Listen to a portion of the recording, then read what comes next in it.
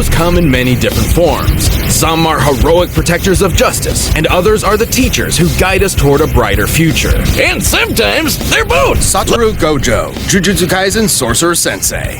And Kakashi Hatake, the 6th Hokage of the Hidden Leaf and mentor to Naruto. He's Wiz and I'm Boomstick. And it's our job to Analyze their weapons, armor, and skills to find out who would win a death battle.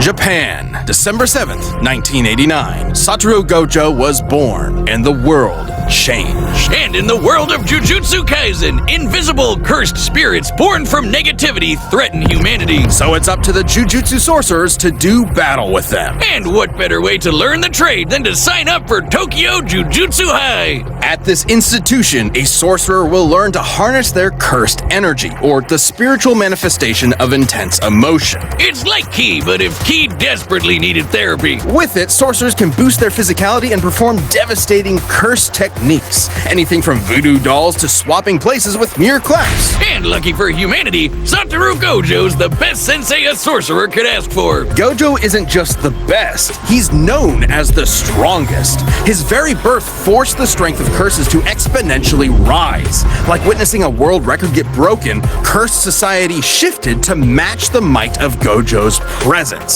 As a kid, Gojo knew he was the shit. He mastered the art of the Riz, the hoops, and the curse murdering, all alongside Suguru Geto, his sorcerer BFF. Together, they planned on changing Jujutsu society for the better. And if anyone could do it, Gojo could. Thanks to his bloodline, he got one of the most busted anime powers ever, Limitless. Limitless grants Gojo a nigh-perfect defense by actualizing the very concept of infinity. It creates an infinite space around himself, stopping anything coming his way. The dude is literally untouchable. Kind of. Gojo tailored Limitless to automatically detect an object's mass and velocity.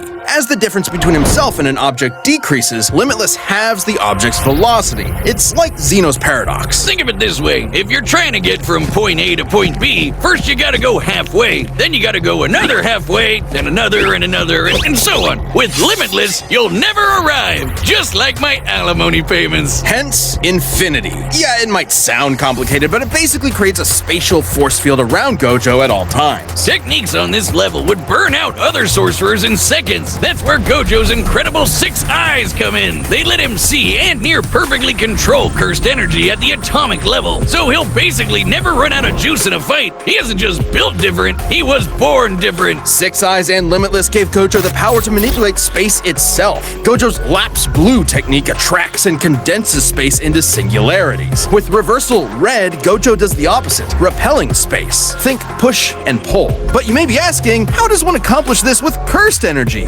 With math! Curses! Exactly! Cursed energy is typically negative, like with blue, but when multiplied by itself, negative cursed energy becomes positive, creating red. Oh, strawberry and blueberry. So, what happens when you combine a positive and a negative? Grape? 0!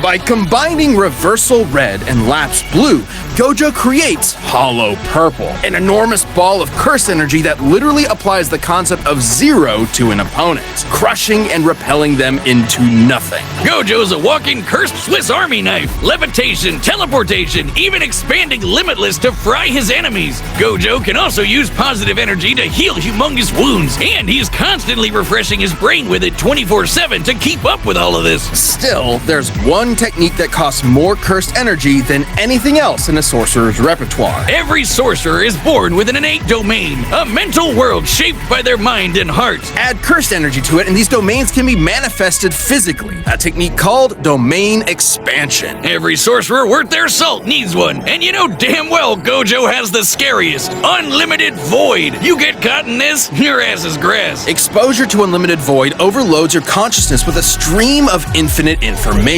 A mere 1/5 of a second of exposure can leave a normal person in a vegetated state for months. Too bad it requires so much energy you can only do it like once a day. Oh wait, except for Gojo, who has done it multiple times in a row. Thanks again, 6 Eyes! Quite frankly, Gojo was getting so strong that the axis of the Jujutsu world began to turn on him. Like the meta of a fighting game defined by one broken character, he defined the hierarchy of power in the sorcerer world. He alone was the honored one. His mere presence can cause earthquakes. He outran sonic explosions and applied cursed energy within a microsecond. Gojo has been repeatedly stated by many to be the strongest sorcerer there is. That includes his ex-student Hikari, who can dodge lightning, or this little volcano-headed curse Jogo, the embodiment of humanity's fear of fire, who can bring down city-shattering meteors, and Gojo kicked his ass with zero effort. But strength alone was not enough to fix his cursed world. When Geto rejected Jujutsu Society to forge his own justice,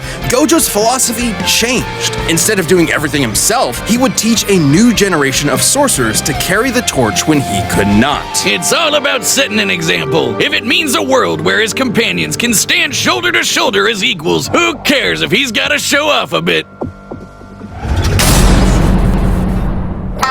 Shinobi, Hokage, mentor, friend. Kakashi Hatake is all of these, and generally a pretty relaxed guy for someone raised as a ninja assassin. You wouldn't know it at first glance that his childhood sucked like when his dad committed seppuku because he saved his friends instead of prioritizing a mission. In the shadow of disgrace, this cruel methodology of the ninja and his father's great mistake tore young Kakashi apart. Reminds me of my dad. What was his great mistake? He called it boomstick. Oh. Despite his hardship, Kakashi proved himself a prodigy, becoming a genin at age 5, a chunin at age 6, and a jonin at age 12. For those of us who don't speak anime, he might as well have been doing ninja rocket science in the womb. He quickly mastered the use of chakra, a form of spiritual energy within all individuals that ninja can shape and weaponize. This is ninjutsu. He can walk up walls, heal wounds, and even make clones of himself. Plus, he's a master of taijutsu, aka punching people. Chakra can also be molded into nature itself, and Kakashi can use it for numerous elemental attacks. Sure, he can shoot fireballs or dunk you with water, but his favorite is lightning. Lightning zaps, lightning clones, lightning dogs? That's awesome! How do I get one of those?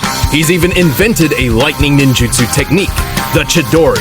By gathering electric chakra into his hand or a kunai, he becomes capable of piercing just about anything. Even a bolt of actual lightning! Take that, nature! Man triumphs over you once again! This is where Kakashi's own Chidori got its moniker, Raikiri, Lightning Cutter. Ooh, now I know what I'm gonna name my lightning dog! The Chidori does have a downside though. Its speed and power are so great they give the user tunnel vision and make the attack generally uncontrollable. Basically, once you kick on the gas, you're zooming straight ahead, no matter what happens. Although, Kakashi eyed just the thing to fix it. Long story short, he was drafted into a war alongside his friends Rin and Obito. Shit went down and Kakashi lost an eye, so Obito handed over one of his when he decided to sacrifice his life. Holy shit, why don't I have any friends like that? Quiz, give me your eye. No! I'll give it back, I promise. Obito's eye wasn't an ordinary eye. He was an Uchiha, and this was a Sharingan. With his Sharingan, Kakashi not only got some control over his Chidori, but he can see a person's chakra, predict their movements, dupe your brain with genjutsu, and even copy jutsu techniques. He's such a filthy plagiarist that he's stolen over 1,000 jutsus in 14 years. Although since Kakashi is not an Uchiha, he can't exactly turn the Sharingan off. And then Rin jumped in front of his Raikiri and kicked the bucket too. Man, this guy can't catch a break. And yet, unimaginable loss is exactly what is needed to unlock the Sharingan's next stage, the Mangekyo Sharingan. Oh yeah! With the Mankey Eye, he can cast Kamui, basically sucking objects or people into another dimension. Sure, it uses up a lot of his chakra pool, but it's a pretty clever instant win move. The concept of trauma granting new power fascinates me. So, I've stolen Boomstick's entire beer hoard and placed it in a secure room with 200 tons of TNT. Wait, what? You monster! What have you done? Do you feel anything? Just thirsty, sober, and punchy. Punchy? Next round's on Wiz. Well, for Kakashi, everything sort of worked out in the end. He became a teacher, and this new generation of ninja helped him learn that his dad was right all along. Friends do come first, unless they blow up all your beer. Wake up! He's held his own against top-tier ninja like Zabuza, Pain, and even his old friend Obito. Back from the dead and evil now, because why not? Kakashi can definitely compare to fellow ninja master Jiraiya, who can blow up mountains. That takes over 18 megatons of TNT. And he's caught and sliced lightning. Based on the distance it moved before he caught it, he must have reacted within 70 microseconds and moved over 2,000 times the speed of sound. Sounds like ninja president material to me. Kakashi of the Sharingan is nothing if not full of surprises. Right now, all I can give you is just death. All right, the combatants are set. We've run the data through all possibilities. It's time for a death battle!